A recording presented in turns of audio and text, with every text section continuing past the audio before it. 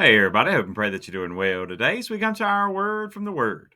And today that word is follow. Follow. Now, today, if you're watching daily, today's Halloween. You end up with a lot of people wearing a lot of costumes, dressing up in all kinds of ways. You know something about even when they put those costumes on, there's one thing that you don't change. Your voice. And a lot of times even those, like if your kids or if friends or something, at first it may change you where you don't recognize them right away who they are, but then you hear their voice and you know exactly who they are. Well, Jesus, as he's talking in John chapter 10 today, he's he's giving this beautiful picture of the sheep and the shepherd. You saw that picture of the sheep following the shepherd. And that's the point that Jesus is making. He says that the sheep will follow the right shepherd.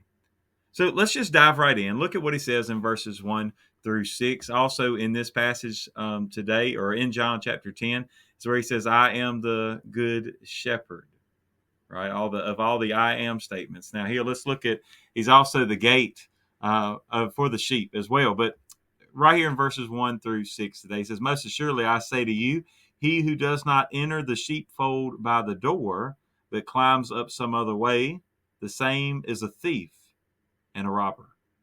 But he who enters by the door is the shepherd of the sheep. To him the doorkeeper opens, and the sheep hear his voice, and he calls his own sheep by name and leads them out. And when he brings out his own sheep, he goes before them, and the sheep follow him, for they know his voice.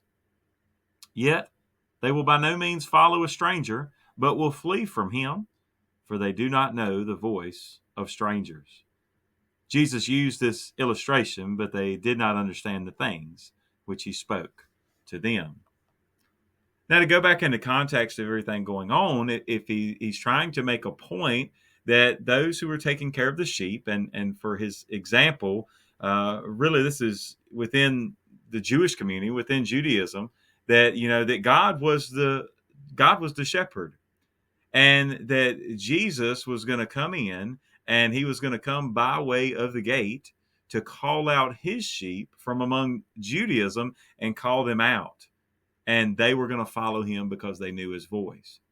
Now he starts talking about those who were coming over trying to pull out and to steal, the robbers and thieves. This would have been a clear example for them. They would have understood exactly what he was saying, you would think, that he was talking about those religious leaders.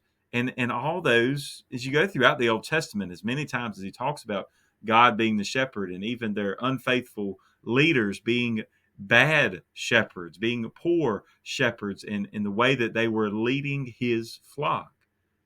Now, even you take that and fast forward to the New Testament language of shepherds and pastors that are to be leading their flocks, right? That some try to come in and go the wrong way, trying to do things the wrong way, and don't want to come by way of the entrance, come by way of God, come God's way to lead the sheep. But the beautiful picture here, and the part out of all of that, the part we'll focus on a little bit more just today, is the fact that the shepherd comes in and the sheep know his voice. Now, the only way you can know the voice of the shepherd is if you've spent time with him.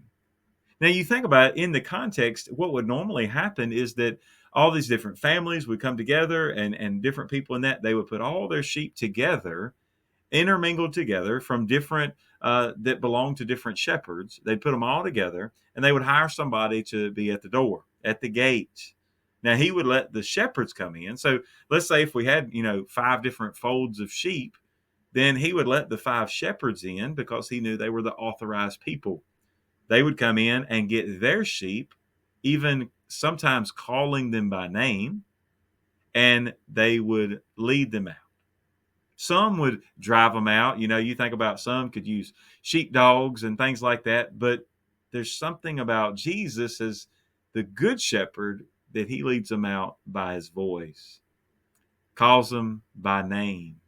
They've been called out of Judaism into Christianity, what we would call Christianity, right? Calling to follow Christ, to leave the other, the way of the Pharisees, the legalistic way behind, to realize that Jesus was the Messiah, a fulfillment of all that had been said. And he was going to call them by name and even lead them out. He wasn't going to drive them out. He was going to lead them out by example. It's the way that Jesus led his disciples. It's the way that we are to lead others today, that we lead by example. Even as Paul said, follow me as I follow Christ. So the key for us would be, are we living an example that others can follow? But then even that, before we worry about who's behind us, let's worry about who's in front of us. In other words, who are we following? Do you know the voice of God? Or are you being pulled away by those robbers and thieves, right? They would come over another way and try to steal away the fold. Here he says, look, the sheep, because they don't know the voice of strangers, they won't go with them. They would actually flee from them. Now, that would be great that if in our world today, you remember he's giving a story, an illustration here. You think about today how many don't understand that it's not the voice of God, but they're listening to the voice of false prophets, of false teachers, of false gods. They're listening to the wrong voices and following them out. So today, there's two directions I want you to look. First and foremost, look ahead to see, who are you following? Are you following after God? Are you following after his voice? Do you know his voice because you spent time with him, spent time in his word, spent time in prayer? Are you following Christ's example? And then the second thing would be to look behind you to see who's following you. Are you leading in such a way? It's one thing to follow, but are you leading and living in such a way that would lead others to follow Christ as well? Today, who are you following? God bless you, and I pray you have a great, great day.